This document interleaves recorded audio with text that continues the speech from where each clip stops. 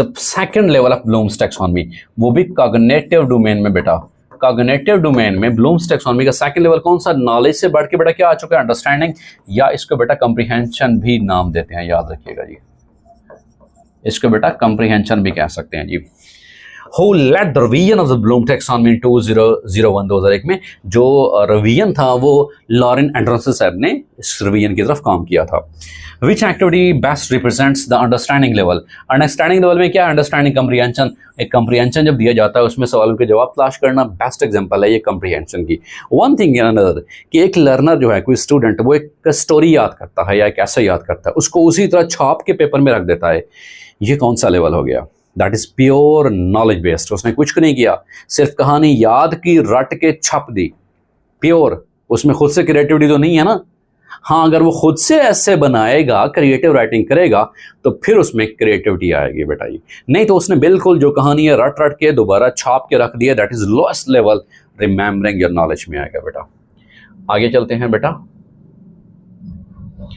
आगे है understanding involve. Understanding में क्या? एक्सप्लेनिंग आइडियाज, आइडियाज को एक्सप्लेन करते हो। समराइजिंग पैसेज, जब पैसेज को समराइज करते हो समझ के, दैट इज बेटा अंडरस्टैंडिंग है जी। What verb is associated with understanding? Interpret करना, मतलब खुद से आखज करना। जो पैराग्राफ दिया गया है, सवालों के जवाब इंटरप्रेट करो और उनके जवाब दो। Which is an example of understanding the question. Understanding में क्या? Explain how gravity affects motion. तो थोड़ा सा इसमें क्या है, अंडरस्टैंडिंग लेवल बढ़ गया है बेटा, सेकेंड लेवल है। आ गया बेटा हमारे पास, दैट इज अप्लाइंग। मीन्स जो नॉलेज आपने गेन किया है उसको अप्लाई करो। It means using knowledge in the new situation. उसके बाद what the instructional strategy help students understanding. Group discussion में बेटा अंडरस्टैंडिंग ज्यादा बढ़ती है जी। Understanding is demonstrated when a student can explain how the formula works. Formula बताना भाई। For example Newton first law of motion define करना, ये नॉलेज बेस्ड क्वेश्चन है बेटा। मोमेंटम का फार्मूला क्या है? That is pure knowledge based. और उसी फार्मूले को एक्सप्लेन करना, वो कैसे काम करता है, थोड़ा सा अंडरस्टैंडिंग है बेटा।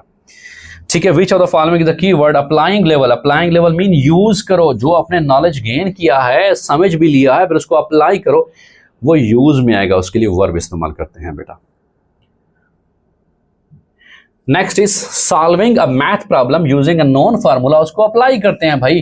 फार्मूला आपको दिया गया है, उसको अप्लाई करो, सेट करके दिखाओ जी।